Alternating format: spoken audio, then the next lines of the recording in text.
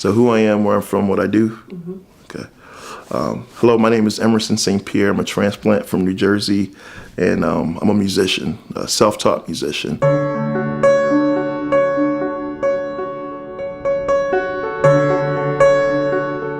When I play a song that I absolutely love, it brings me to a place of just complete joy.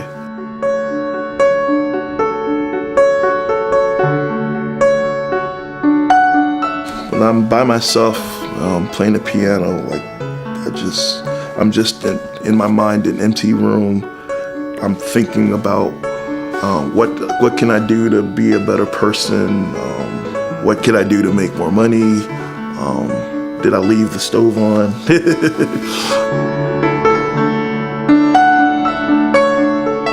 I started traveling all across the world at 22. I've played in front of thousands of people. I've played with CeeLo on the Carson Daly Show back in the day, played all across Europe. I've done all these things, and I'm thinking, there has to be more than this. Just looking over my life and figuring out what's the next thing, what's my why, where am I going, what I want to do. It's hard, and I don't have all the answers, but all of that comes out when I'm playing for myself.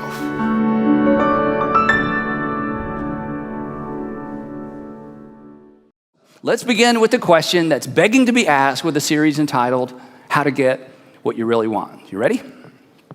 So here we go. What do you want? What do you want? What do you want? And the older you get, the less what there is, right? The older you get, there's less what. There's something you want because everybody wants something, but it's not so much a thing, but there's a what because everybody wants something. And the younger you are, the more what there is, right? I mean, you would answer this question differently when you were 16 than when you were 18, than you were 25, 35, 45, or 55. At every season of life, if somebody says, what do you want? You're going to answer it a little bit differently. And the older you get, oftentimes there's less what, but there's always something that we want. Now, this is a really tricky question, as we're going to see. In fact, we're going to spend about half our time today talking about what a tricky question this is. And this is a tricky question for several reasons. For one, when I ask you, what do you want? Here's an answer you did not give, but here's an answer that is true of you. One of the things that you want is your way. You want your way. That's what we all want. We want our way. But as most of us have learned, or as you will eventually learn, or as you're trying to convince your middle school or high school daughter or son, as long as you insist on having your way, you won't get what you really want. As long as you insist on having your way, I've got to have my way every single time. I've got to have my way every single time. You want your way, I want my way, but if you get your way, you won't get what you really want. In fact, when we get our way, oftentimes what happens is we get in our own way. Isn't that true? Every single one of us could tell a story about a time you got what you wanted and it resulted in you not having what you wanted. That you sort of got in the way by having your way. You bullied your way through, you pushed your way through, you bribed your way through, your big personality, you got you through, you won the argument, everybody shut up and let you do what you wanted to do. And then looking back, you sort of got in your own way by having your way, by getting what you want. There's a sense in which you can't really have your way and have it too. Because this what do I want thing is a tricky, tricky question. And the second thing that makes this really tricky is this. We want to do what we want to do, right? When I ask you, hey, what do you want? What do you want? What do you want? Nobody listening thought, well, I'll tell you what I want. I want to do what I want to do. You thought of a thing. You thought of a relationship. But sort of down beneath all that and sort of running around in the background of your thinking is you want to do what you want to do. But here's what we all eventually learn. If you always do what you want to do, you may end up where you don't want to be, right? If you always do what you want to do, you will end up where you don't want to be. I have 3 kids, and all 3 of my kids went through a phase where they would ask in their own way, do I have to? I'd say, I want you to do something, I need you to do something. Do I have to? Do I have to, Daddy? Do I have to, Daddy? And it took me getting to the second child to finally come up with a really good answer to the question, do I have to, Daddy? So I practiced on number 1, okay? I finally figured it out with number 2. By the time number 3 came along, I was ready for her, okay? So here's what happened. Daddy, do I have to? Do I have to? So here's what I came up with. This may be terrible parenting advice, but it's just an illustration, so don't take this for more than it is. I finally would say, look, let me explain something to you. No, you don't have to. You don't ever have to do anything anyone wants you to do. After you get past about this tall, no one can make you do anything. You can just lay down on the floor and refuse to go on vacation, refuse to go to school, refuse to clean your room, refuse to brush your teeth, refuse to come to dinner, refuse to take your plate to the kitchen. From now on, at this point, now that you're old enough to say, do I have to? The answer is no, you do not have to, because no one can make you do anything. At this point, people can only keep you from doing things. And this is when I really got their attention, parents. I said, this is what prison is for. See, this is good. This may be worth the whole message right here. I said, let me explain how the world works. See, you can't make an adult do anything. You can only keep an adult from doing things. Let me repeat that again. You can't make an adult do something. You can only keep an. I said, so prison is for people who wanted to do what they wanted to do and didn't want to do what they were supposed to do. And since no one can make them do something, we just keep them from doing things. It was just so brilliant. I just wish I'd had it for all three. But anyway, the point is, there's something in all of us that we want to do what we want to do. But if you always do what you want to do, you will limit your options. You will end up in a place you don't want to be. You will have fewer options, not more. That's why this whole, what do you want question is just so tricky. And here's another toxic one. I mean, this is a tough one. You know what we want? We want perpetual pleasure. Now, I tried to come up with a different word than pleasure, because whenever you throw out the word pleasure, people immediately think what? Right, binging on Netflix. Exactly, that's the first thing that comes to mind. No, I heard someone say it. Right, we think sex, but there's lots of different kinds of pleasures.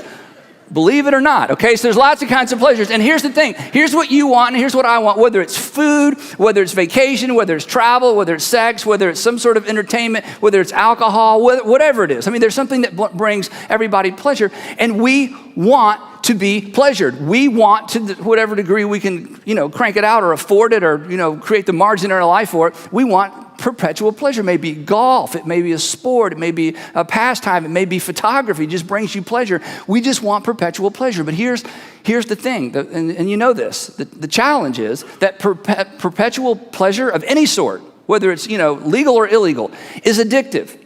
And pleasure that's addictive ultimately undermines the pleasure, which isn't what we want. In other words, you can get so much of a good thing, even a good legal thing, you can get so much of a good legal thing that, you eventually loses its pleasure. Or worse than that, it begins to control you. And here's something that may be true of you. Maybe something that started off as a pastime, you've discovered was actually a pathway to something that controls you. And what was initially pleasurable, now it controls you, and you wish you had never gotten the thing that you wanted. And you wish you had never repeated the thing that you wanted. And now you don't enjoy it at all, because that's the nature of pleasure. And that's why the question, what do you want, is such a tricky question. And then there's this one. What do you want? Well, I don't know what I want, but I know this, I want it now. I mean, once I figure out what I want, I'll tell you when I want it. I don't know what I want, but I know when I want it. I want it right now. But isn't it true that what we want now isn't always what we want later? I mean, again, it takes 5 minutes. Any of us could stand up and tell a story about something I wanted, absolutely had to have it right now, and then ultimately I didn't want it later. And here's something that we all learn, that later is longer. So unfortunately, again, we've all got a story about something. I just had to have it now. I just had to have him now, her now, that opportunity now. And now I wish I had not gotten what I wanted, because later is longer. What we want today often ends up in the way of what we want tomorrow. What we want today often ends up in the way of what we really want. I mean, don't high school reunions teach us this? For those of you who've been to a high school reunion, nervous laughter, isn't that right? I mean, shouldn't high school reunions make most of us grateful for unanswered prayer? Right? Thank you, oh God, ladies, you went, you showed up, and he walked up and said, hey, and he knew your name, and you looked at that name tag, and then you looked at that face, and you think, I think he picked up the wrong name badge, but that's his height, oh my gosh, and you just think, thank you, God, I just thought he was the one, he was not the one, and then you got to say something nice, okay, so you say, my, how you've matured, Yeah, what we want now, what we're sure we want now isn't necessarily what we want later. What we bought on the credit card, then isn't what we're wearing now. What we financed then isn't even what we want to drive now. It's a tricky thing. And then here's maybe the most painful one of all. Doesn't regret, and just think about this, and I hate to bring up regret, but doesn't regret, if you think about your greatest regret or your second greatest regret, because the big one is just too painful, isn't it true that regret always begins with, I want? I mean, doesn't every single regret begin with what I want? What do you want? Here's what I want. Oh, I regret that I ever got what I wanted. Because regret begins with, what I want, but regret always ends like this. Regret ends with, I want to go back in time and not get what I wanted.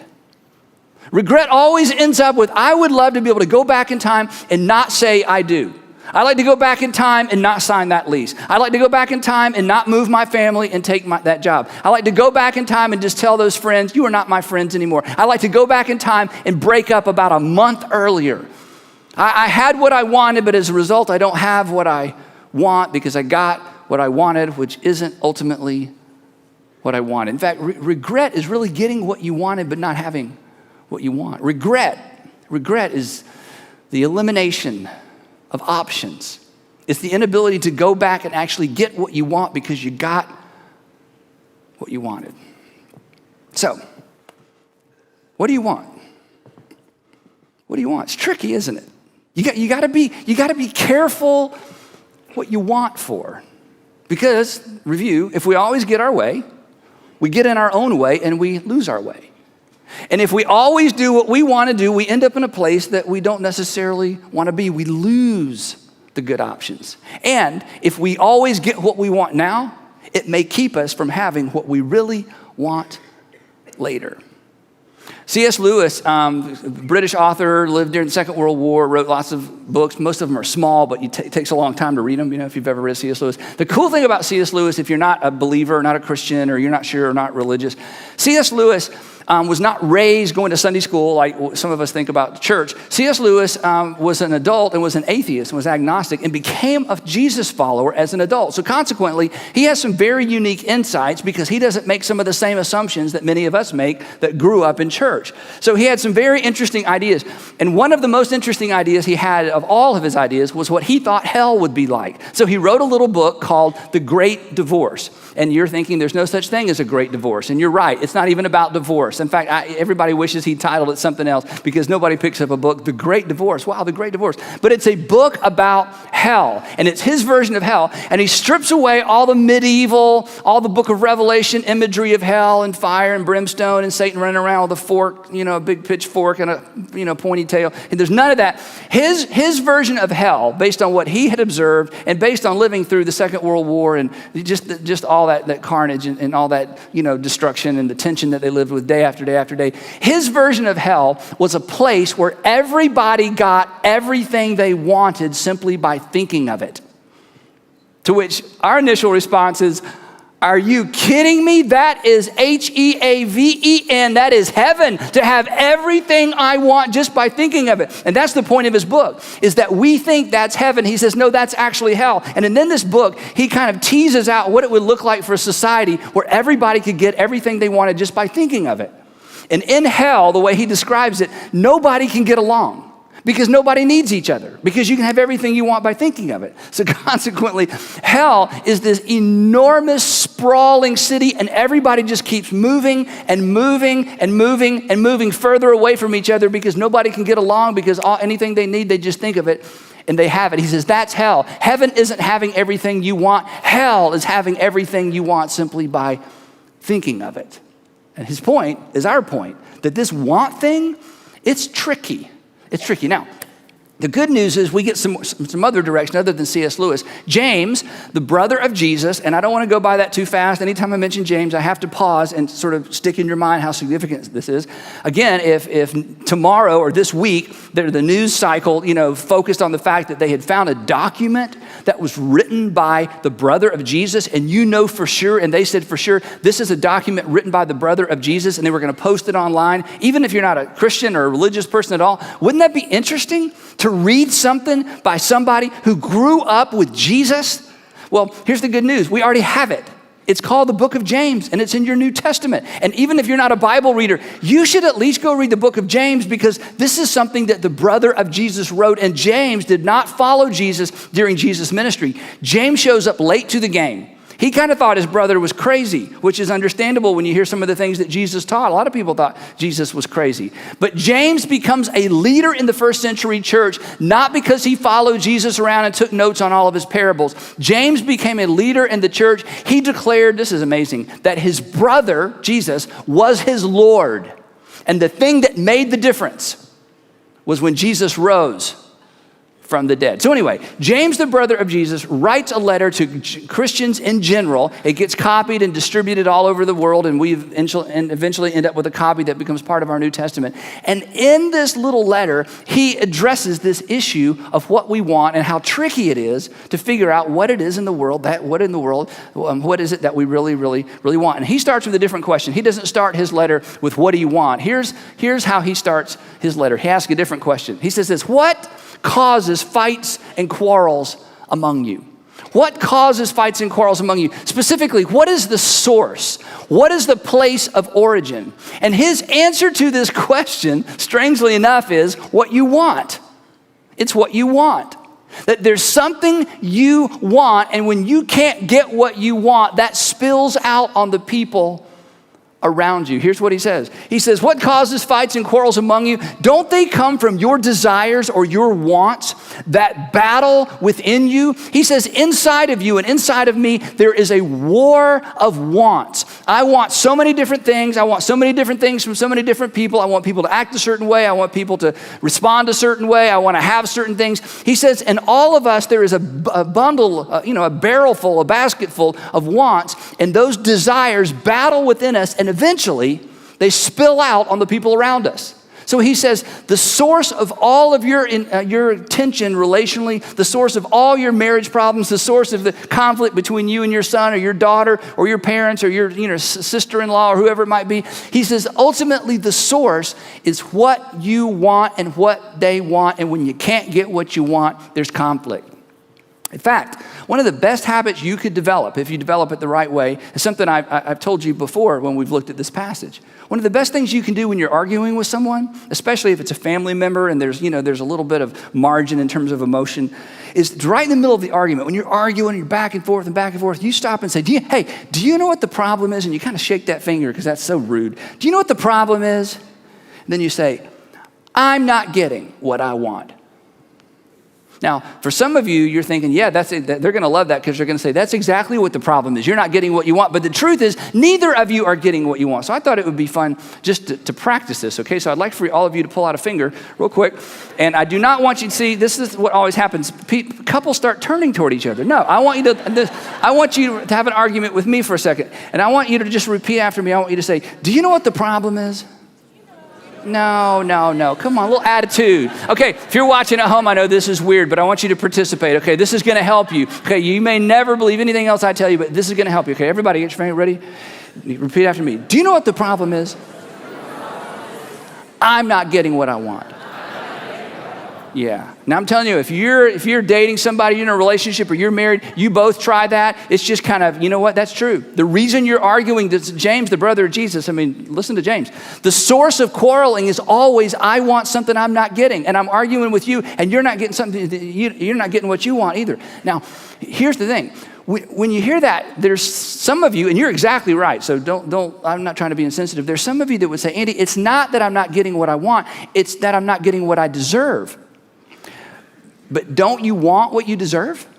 Yes, well, there it is. It always comes down, James is exactly right, that the source of every single fight and quarrel is there are desires warring against, there's things I want that are legitimate, there are things that I want that aren't necessarily legitimate, but the source of all the fighting and all the quarrel is somebody is not getting what they want, and that those warring wants eventually spill out on the people around us. What's his point? His point is this whole want thing, this whole desire thing, it's tricky. He continues. He says, you desire, or you want, you desire, but you do not have. In other words, you want something, you can't get it, so you kill.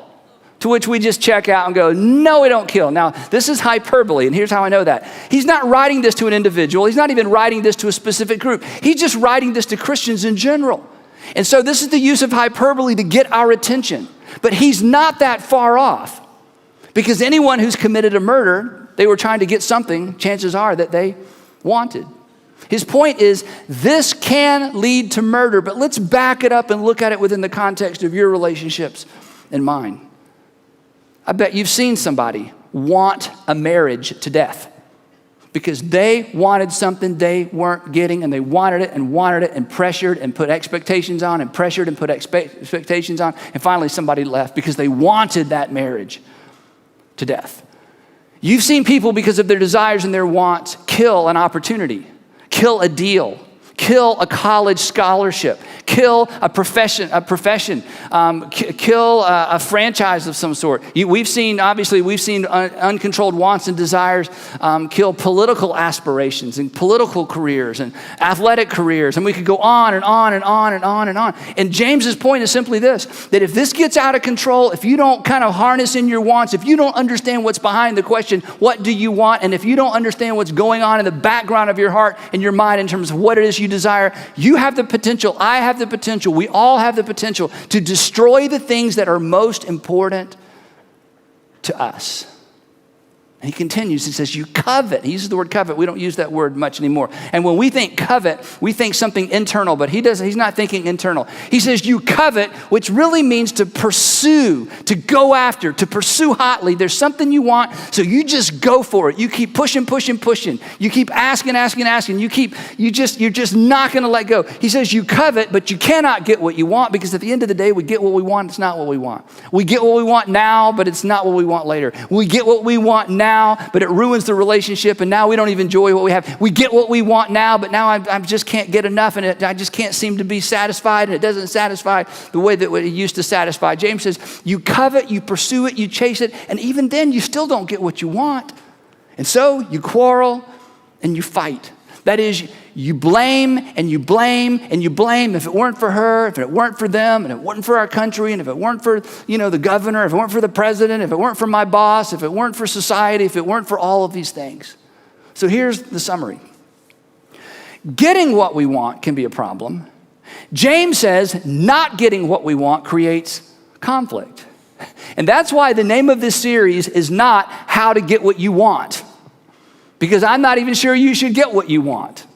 I think half the time I'm grateful. I have I'm grateful for many unanswered prayers that I prayed that I thought for sure I knew what I needed, and God, here's what I want you to do, and here's what we should have. I would have been driving a Porsche when I was 16 years old, because I used to go by the Porsche dealership over at Northlake, not too far from where I went to high school, and just sit there in the parking lot and look at those cars and tell God I'd be a missionary if only I could drive a Porsche in high school, right?